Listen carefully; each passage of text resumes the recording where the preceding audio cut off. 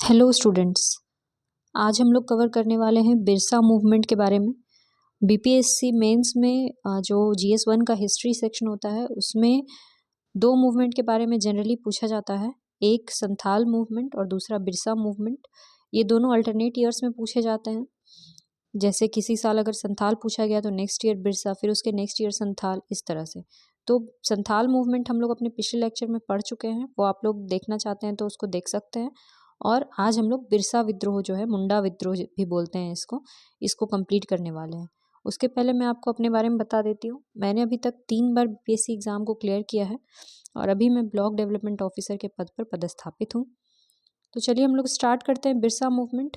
इससे बहुत सारा क्वेश्चन आपका मेंस का तो क्वेश्चन बनेगा ही, और प्रीलिम्स का भी बहुत सारा क्वेश्चन जो है वो आपका कंप्लीट होगा। तो देखिए बिरसा मूवमेंट कब हुआ था। सबसे पहले टाइमलाइन है 1899 से 1900 के आसपास हुआ था, ठीक है।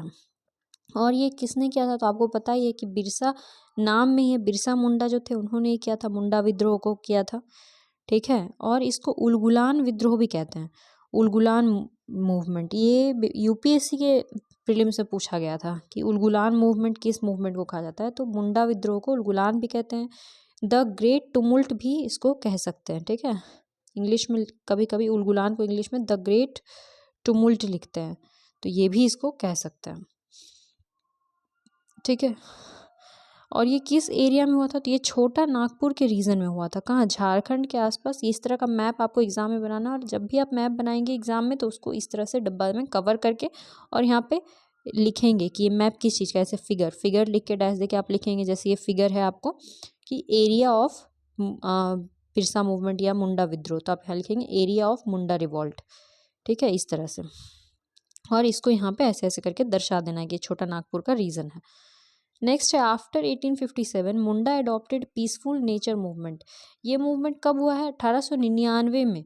तो हम लोग थोड़ा बैकग्राउंड की बात करते हैं, पीछे क्या हो रहा था, ठीक है। तो पीछे क्या चल रहा था कि 1857 का जो बड़ा विद्रोह हुआ था उसके बाद मुंडा लोग जो थे उन लोगों ने पीसफुल नेचर का, शांतिपूर्ण, सोचा कि हम लोग शांतिपूर्ण विद्रोह करेंगे, और उस शांतिपूर्ण विद्रोह को सरदार मूवमेंट भी कहा जाता है, ठीक है। तो इसमें जब भी अंग्रेजों के सामने कोई शांतिपूर्ण तरीके से विरोध करता था तो उससे कोई मेजर चेंज क्रिएट नहीं होता था। अंग्रेज लोग कोई उसको लेते नहीं थे ध्यान में कि ये मूवमेंट कुछ हो रहा है या हम लोग को कुछ चेंज करना चाहिए अपने आप में। तो कोई मेजर चेंज सिचुएशन में नहीं होता था, ठीक है। तो जब सप्रेशन बहुत ज़्यादा बढ़ गया अंग्रेज़ों का, बहुत ही ज़्यादा, मतलब अंग्रेज़ों ने दबाने लगे ये आदिवासियों को, तब उन्होंने क्या किया, अग्रेसिव आंदोलन किया जिसको मुंडा रिवोल्ट कहते हैं, ठीक है। ऑब्जेक्टिव बहुत सारा है, जैसे कि जो कारण है वो बहुत सारे हैं, इकोनॉमिक कारण, पॉलिटिकल कारण। हम लोग पिछले क्लासेस में भी इसको देख चुके थे कि जब भी आप कारण लिखेंगे तो उसको लिखेंगे जैसे पॉलिटिकल कारण, फिर रिलीजियस रीज़न हो सकता है, तो धार्मिक कारण, ठीक है, इमीडिएट रीज़न, तत्कालिक कारण, ठीक है। उसके बाद सोशल रीज़न क्या हो सकता है, और या सोसाइटल रीज़न क्या है, और इकोनॉमिक रीज़न, ये सब देखेंगे। तो आप इसको प्राइस बोल सकते हैं। तो अभी यहाँ पे पॉलिटिकल कारण देखिए क्या रहता है। अंग्रेज जो आदिवासी होते हैं वो लोग अपना खुद का सिस्टम बनाते हैं, खुद की पंचायत होती है, उनकी जो भी समस्या होता है वो आपस में वो लोग सुलझ लेते हैं। लेकिन अंग्रेज कहते थे कि नहीं भाई, तुम लोग को जो भी समस्या है तुम लोग हमारे हमने कोर्ट बनाया वहाँ पे आओ, है ना, अपने से नहीं सुलझना है। और कोर्ट में बहुत ज़्यादा उनसे पैसा लिया जाता था, ठीक है, और समस्या भी सुलझता नहीं था। तो ये रीज़न था।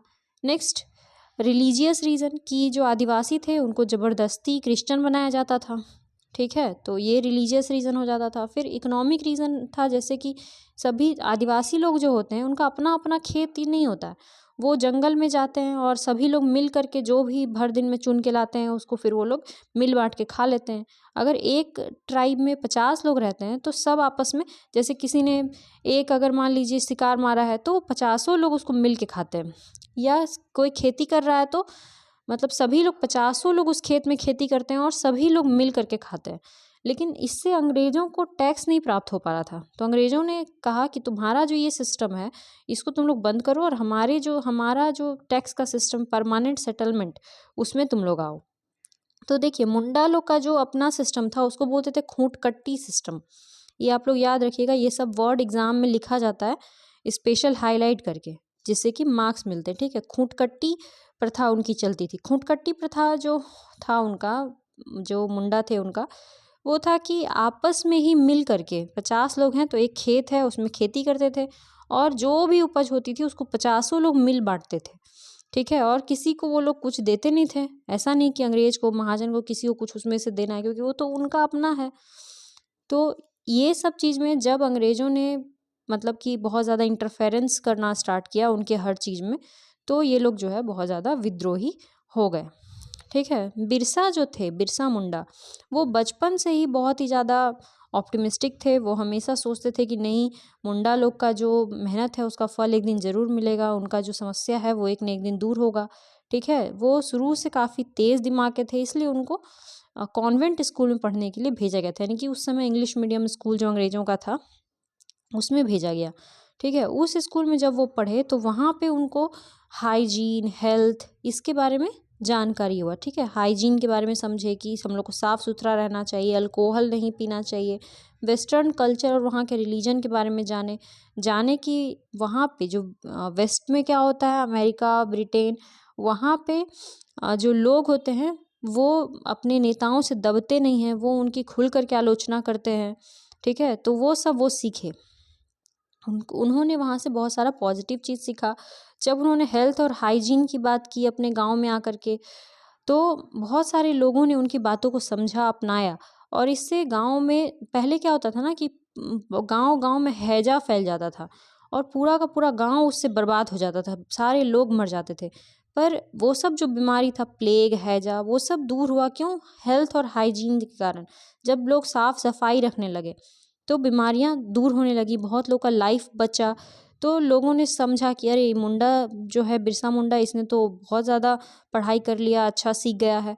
लोग उसको भगवान का दर्जा देने लगे, ठीक है, कि बिरसा मुंडा जो है वो भगवान है, ट्रीट हिम लाइक अ गॉड, ठीक है। तो बिरसा जो है वो उनको अपना सेवियर की तरह मतलब दिखता था कि बिरसा जो है वो हमारी सुरक्षा के लिए आया है, हमें बचाने के लिए आया है। बिरसा ने जो सरदार मूवमेंट था उसको रिवाइटलाइज किया, फिर से शुरू किया, और जो बिरसा मुंडा को जो मानने लगे, जो लोग उसको फॉलो करने लगे, उसके फॉलोअर्स, ठीक है, वो लोग बिरसाइट्स कहलाए, बिरसाइट्स।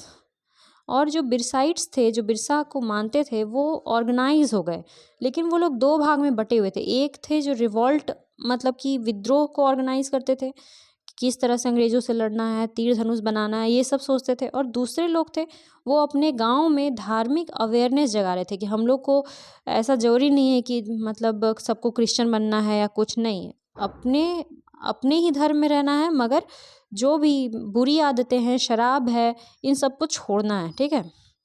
वो मतलब रिलीजियस अवेयरनेस जगाने में, साफ सफाई, ये सब में आधा लोग लग गए और आधा लोग विद्रोह में, ठीक है। किस जमींदार और दिकू जो है, दिकू माने जो बाहरी लोग होते हैं, उनके एक्सप्लॉयटेशन से कैसे बचना है, ये सब। तो उनके जो फॉलोअर्स थे बिरसा मुंडा के, उन लोगों ने कहा कि ये बिरसा राज, एक नया सिस्टम आएगा जिसका नाम होगा बिरसा राज। The land and forest would belong to peasant, जिसमें जो ज़मीन और जंगल होगा वो गांव वालों का होगा। क्योंकि अंग्रेज़ों के आने से क्या हुआ कि अंग्रेज़ आदिवासियों को उनके जंगलों में नहीं जाने देते थे, जंगल से जो फल फूल कंद होता है वो नहीं लाने देते थे। इससे भी जो आदिवासी लोग थे, मुंडा लोग थे, वो लोग बहुत ही ज़्यादा गुस्सा थे। तो इन्होंने कहा कि बिरसा राज में सब कुछ पॉसिबल होगा, हर चीज़ मिलेगा, ठीक है। और इनका एक ऑब्जेक्टिव क्या था, इकोनॉमिक ऑब्जेक्टिव, अंग्रेज़ों से लड़ने का, मुंडा विद्रोह का, कि अपने ज़मीनों को ज़मींदारों से छुड़ाना। ज़मींदारों को भी ये लोग दीकू कहते थे, मतलब सभी बाहरी वालों को, ज़मींदार हो या मुंशी महाजन या फिर जो भी मतलब, ठीक है, ब्रिटिशर्स हैं, उन सभी को ये लोग दीकू कहते थे। Munda were struggling due to British colonial exploitation, Munda लोग बहुत स्ट्रगल कर रहे थे अंग्रेज़ों के एक्सप्लॉयटेशन के कारण, तो उससे भी वो लोग छुटकारा चाहते थे, है ना। जो मिशनरीज थे, ब्रिटिश ऑफिसर्स, ब्रिटिश मिशनरी, उन लोगों को अपने एरिया से वो लोग भगाना भी चाहते थे, ठीक है। ये सब उन लोग का ऑब्जेक्टिव था कि ये सब हम लोग को करना है। तो बिरसा के लीडरशिप में उन लोगों ने क्या क्या किया इस मूवमेंट के अंदर, तो देखिए, मूवमेंट चलाया दिकुओं के against. Birsa urge to destroy dikus, Birsa ने लोगों से कहा कि दिकुओं को मारो, है ना। बिरसा ने अपने आप को गॉड का ये किया कि मैं गॉड हूँ। यूनाइटेड यूथ्स ऑफ विलेज, गाँव के युवाओं को यूनाइट किया। टोल्ड नॉट टू पे टैक्स टू दिकूज, दिकुओं को टैक्स नहीं देने के लिए उन्होंने कहा कि कर नहीं देना है। Preached about personal hygiene, personal hygiene के बारे में समझाया कि साफ़ सुथरा रहने से बीमारियां जो हैं वो नहीं होंगी। दारू वगैरह, लिकर, शराब, ये सब से दूर रहने के लिए और जो भी बैड प्रैक्टिसेस हैं उससे दूर रहने के लिए कहा। ठीक है, ये मूवमेंट स्टार्ट हुआ था on the Christmas day of 1899, 1899 में क्रिसमस के दिन। उन लोगों ने चर्चेस पे अटैक किया। ठीक है, रांची सिंहभूम के पुलिस स्टेशंस को जलाया, मनी लेंडर्स के घरों को जला देते थे, महाजनों के रिकॉर्ड्स को जला देते थे। ठीक है, रेलवे लाइन उखाड़ देते थे। Whole Chota Nagpur region was under its influence, पूरा छोटा नागपुर रीजन जो है वो इसके प्रभाव में आया। Colonial government has to seek armies for suppression of revolt, तो सरकार ने क्या किया, ढेर सारा आर्मी बुला लिया इस रिवॉल्ट को सप्रेस करने के लिए, दबाने के लिए। मुंडा रिसोर्टेड टू गुरिल्ला वॉरफेयर, वो लोग जो मुंडास थे वो गुरिल्ला वॉरफेयर भी करते। गुरिल्ला वॉर मैंने पिछले क्लास में भी बताया था कि ये जो वॉर होता है इसमें पूरे दिन भर वॉर नहीं चलता है, बस रात के टाइम पे अचानक से अटैक करते हैं और 5-10 मिनट के अंदर ही मतलब मार उड़ के और लूट पाट के तुरंत जंगल में भाग जाते हैं जो भी अटैकर्स होते हैं। ये गुरिल्ला अटैक जो है महाराणा प्रताप भी किया करते थे। ठीक है, तो ये अटैक ये लोग करते थे, बिरसा मुंडा। बिरसा वाज अरेस्टेड, उसके बाद बिरसा को अरेस्ट कर लिया गया 1900 में और उनको रांची जेल में रखा गया था जहाँ पे हैजा से उनकी मृत्यु हो गई थी। ठीक है, अभी रांची जेल का नाम बिरसा मुंडा जो कर दिया गया, बिरसा मुंडा जेल, और एयरपोर्ट का नाम भी बिरसा मुंडा के नाम पे रख दिया गया है। ठीक है, वो अब की बात है, लेकिन उस टाइम पे उनको वहाँ रखा गया था और वहाँ हैजा से ही उनकी मृत्यु हो गई थी। तो जब ये रिवॉल्ट चल रहा था तो बिरसा ने एक स्लोगन दिया था। स्लोगन क्या था कि सभी लोग आपस में ये स्लोगन गाते हुए, ठीक है, और मतलब युद्ध लड़ते थे। वो था कटोंग बाबा कटोंग, साहिब कटोंग कटोंग, रानी कटोंग कटोंग। ठीक है, मतलब कि सबको काटो, जो ब्रिटिश ऑफिसर्स हैं, साहब हैं, उनको काटो। रानी कटुंग कटुंग मतलब कि अंग्रेज जो महिलाएं हैं उनको भी काटना है। ठीक है, ये कितना फियर्सफुल मूवमेंट था। आप ये जो स्लोगन है इसे समझ सकते हैं कि लोगों के मन में कितना गुस्सा भरा हुआ था और ये जो मूवमेंट था ये कितना अधिक मतलब कि इसमें खून बहा होगा कि ये किस तरह का स्लोगन लोग गाते हुए और युद्ध करते थे अंग्रेजों के खिलाफ। ठीक है, तो ये स्लोगन वगैरह एग्जाम में लिख देना होता है, इससे मार्क्स मिल जाता है। नेक्स्ट, क्या रिजल्ट हुआ। ठीक है, क्या रिजल्ट हुआ इस मूवमेंट का, तो बिरसा तो मर गए मगर बिरसा के मरने के बाद मूवमेंट भी शांत हो गया, ख़त्म हो गया। ठीक है, बहुत सारे लोग जेल में डाले गए, बहुत सारे लोग फांसी पे लटकाए गए, बहुत सारे आदिवासी लोग मारे गए, मगर कुछ पॉजिटिव भी हुआ। जैसे 1908 में छोटा नागपुर टेनेंसी एक्ट पारित किया गया। ठीक है, क्या पास किया गया, Chota Nagpur tenancy act, and many rights regarding land were given to Munda, और ज़मीन से संबंधित बहुत सारे अधिकार जो हैं वो आदिवासियों को वापस लौटाए गए। तो ये एक बहुत ही अच्छा काम किया गया था उस टाइम पे। ठीक है, एक और स्लोगन उस समय चलता था, ये भी आप लोग याद कर लेंगे, अबुआ दिसुम अबुआ राज, मतलब आवर कंट्री आवर रूल, अबुआ दिशुम अबुआ राज, ये आप लोग को याद कर लेना है। ठीक है, और अभी रिसेंट में क्या हुआ है कि 15 नवंबर को जनजाति गौरव दिवस के रूप में मनाने के लिए कहा गया है, जो कि बर्थ एनिवर्सरी है बिरसा मुंडा की 15 नवंबर। तो ये बिरसा मुंडा को एक तरह की आप समझिए सम्मान देने के लिए उनके जन्मदिन को जनजाति गौरव दिवस के रूप में मनाया जाता है। तो ये करंट अफेयर्स भी हो गया इसके साथ ही, और यहाँ हमारा बिरसा मूवमेंट समाप्त होता है। आप लोग एक नोट्स इसका ज़रूर बना लेंगे और उसको लगातार बार बार पढ़ेंगे। बहुत ज़्यादा टॉपिक नहीं है पढ़ने के लिए बीपीएससी मेंस के लिए, मगर बीपीएससी मेंस को कम पढ़ के निकाला जा सकता है। ठीक है, और समय भी आपके पास नहीं है, आपके पास सिर्फ 2 महीना है, लेकिन क्या है कि जो इम्पोर्टेंट टॉपिक्स हैं उसको बार बार पढ़िए, इससे आपका एग्ज़ाम जो है वो बहुत ही आसानी से क्लियर हो जाएगा। और आप लोग अगर कुछ और जानना हो तो कमेंट सेक्शन में आप लोग पूछ सकते हैं। Thank you so much.